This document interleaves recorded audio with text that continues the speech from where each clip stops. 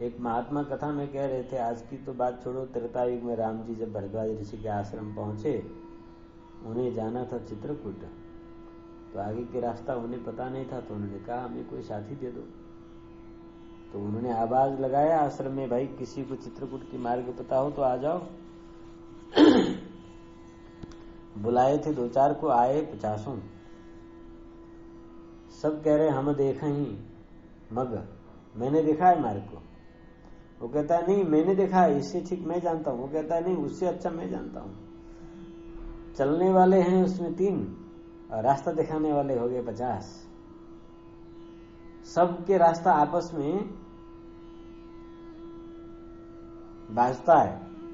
वो कहता है नहीं ये गलत है, मेरा ठीक है, मेरा देखा हुआ मार्ग है, ये मार्ग से चलेंगे ये सुगम, वहां जल्दी से पहुंच जाएंगे, नहीं इस मार्ग से जल्दी पहुंचेंगे, नहीं ये सुगम है, नहीं ये दुर्गम है। इनकी सबकी बताई हुई जो मार्ग है, एक आपस में वो मार्ग व्यक्ति को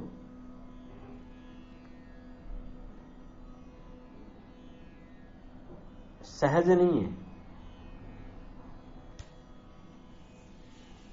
तो भरद्वाज ऋषि अचंभे में पड़ गए, एक दूसरे को काट हो रहा है, दूसरा कह रहा है मैं ठीक जानता हूं, दूसरा मैं ठीक जा रहा हूं, और एक दूसरे को काट हो रहा है। चलना 3 को बताने वाले 50 हैं, सब कहते हैं मेरा सही है, मेरा सही है। अब किसका सही है? चलने वाले किसके मार्ग में चले? ये तो बड़ा झमेला हो गया। कहते हैं बात ये स्थिरता का है, ये तो अभी कलयुग है। अभी तो जो चलना भी न जाने वो भी मार्ग बताने वाला है। हाँ, खुद कहां जा रहा है उसी को पता नहीं है, पर मार्ग बताने वाला बन जाता है। खैर, तो ऋषि ने विचार किया और उनमें से 4 को उन्होंने पकड़ा और राम जी से कहा ये 4 मिलकर जिस रास्ते को तय करें वही रास्ते आपको चित्रकूट पहुंचाएगा। उन 4 को राम जी को साथ दे दिया। अब ये 50 क्या है और 4 क्या है, तो विद्वान लोग कहते हैं वो 50 जो है पुराण स्मृति आदि है। 4 क्या है? ये वेद है। 4 वेद में एक आपस में एक दूसरे की परिपूर्ति करता है, काट नहीं करता। अन्य में एक दूसरे को काट करता है। वेद का ये विशेषता है कि ऋग्वेद जो कह रहा है, यजुर्वेद व सामवेद उसको पुष्टि करता है। सामवेद जो कह रहा है ऋग्वेद उसको पुष्टि करता है, यानी एक दूसरे को वहां पर मतभेद नहीं है, एक ही मत है। और जहां चारों वेद का एक ही मत हो वही वास्तविक ईश्वरीय मत है, वही सिद्धांत है, वही सत्य है। और उसी मार्ग को चलने से व्यक्ति गंतव्य तक पहुंचता है। तो राम जी चलते हैं और पहुंच जाते हैं। अर्थात हमें वेद की बताई मार्ग में वेद की बताई अनुसार चलना है, पर हमारी मस्तिष्क में वेद को समझ पाना इतनी सामर्थ्य नहीं है। तो उसके लिए फिर क्या?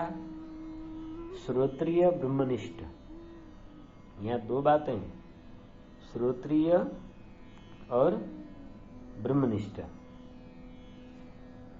श्रोत्रिय का कहने का अभिप्राय है गुरुमुख से उसने वेद को ठीक ठाक से जान लिया हो, पर वेदों को जानने से ही काम नहीं चलेगा।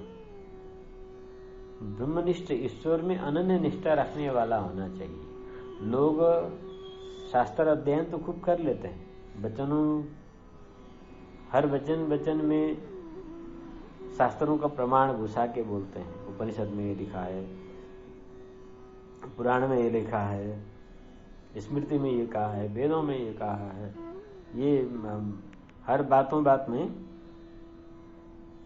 ले आते हैं, परंतु वो पंडिताई में रह जाता है, उसके जीवन में उतरता नहीं है।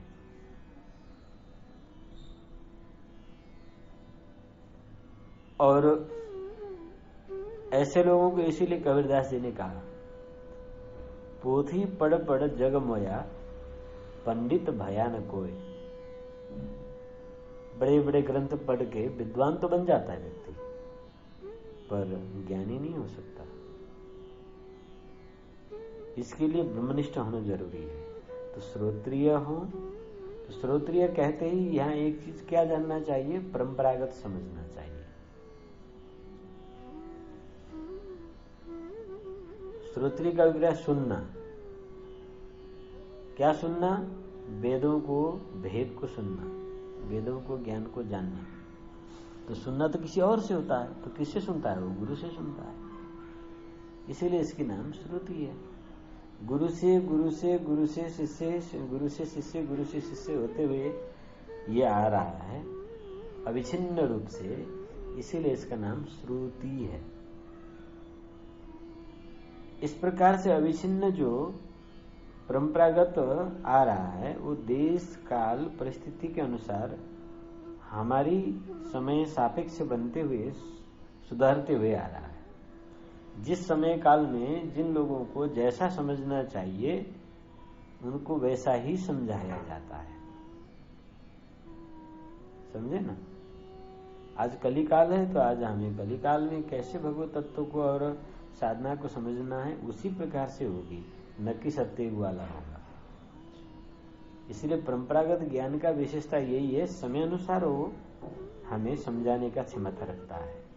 समय के परिवर्तन के साथ साथ वो समझाने की टेक्निक का भी परिवर्तन होता है। ज्ञान तो सदा सत्य एक है, वो परिवर्तन नहीं होता, परंतु हमारी बुद्धि नॉलेज में प्रकाशित कराने की जो टेक्निक है वो परिवर्तित हो जाता है।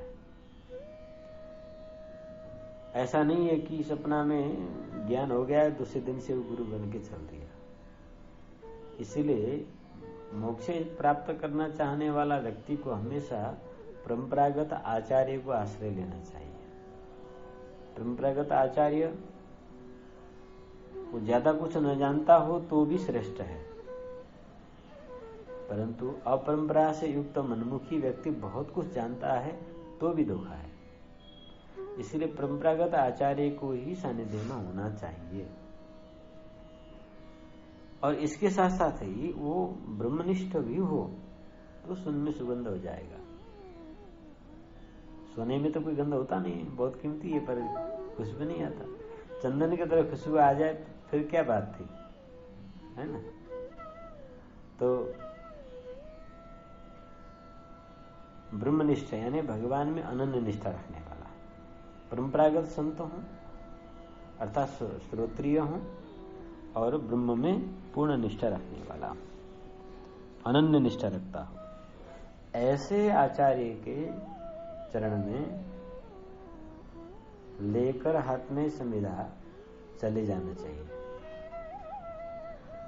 और जाके अपनी समर्पण कर देनी चाहिए। जब हमारे आचरण में व्यवहार से वो प्रसन्न हो तब वो हमें कहेंगे किस लिए आए हो बताओ, तब अपनी इच्छा प्रकट करना चाहिए। तब वो कृपा करके हमें उस दिव्य ज्ञान को उपदेश करते हैं। हाँ, तो जब तक हम उनके अनुकूल न हो, उनके लिए जब तक हम न जचें तब तक वो नहीं बताता है। उसके लिए उसके अनुकूल होना जरूरी है, उसके पात्र बनना जरूरी है। अगर पात्र हम लोग नहीं हुए तो वो नहीं बताएगा। इसीलिए कहते हैं तद विद्धि प्रणिपातेन परिप्रश्नेन सेवया उपदेक्षन्ति ते ज्ञानम ज्ञानिनस् तत्वदर्शिनः। इस प्रकार से भक्ति का इच्छा लेकर तत्वदर्शी उस श्रोत्रिय ब्रह्मनिष्ठ आचार्य के पास जाना चाहिए। वहां जाकर क्या करना चाहिए तो कहते हैं तद विद्धि, तत् यानी उस तत्व ज्ञान को, विद्धि तत्वदर्शी ज्ञानी महापुरुष के पास जाकर समझ, प्रणिपातेन उनको साष्टांग दंडोत प्रणाम कर। प्रणिपात मतलब समर्पित होना, साष्टांग दंडोत करना। और उनको प्रणाम करके, प्रणिपात होकर, समर्पित होकर सेवया सेवा करने से, उसकी सेवा से वो प्रसन्न हो जाते हैं।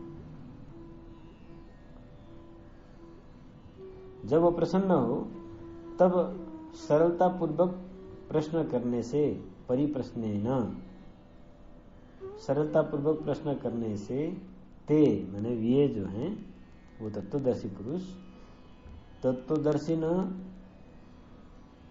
वो जो तत्व को दर्शी ज्ञानी न शास्त्र को जानने वाला जो महापुरुष हैं, ज्ञानम तुझे उस तत्व ज्ञान का उपदीक्षन्ति ते दीक्षा प्रदान करेंगे और देंगे। ये शाब्दिक अर्थ हुआ।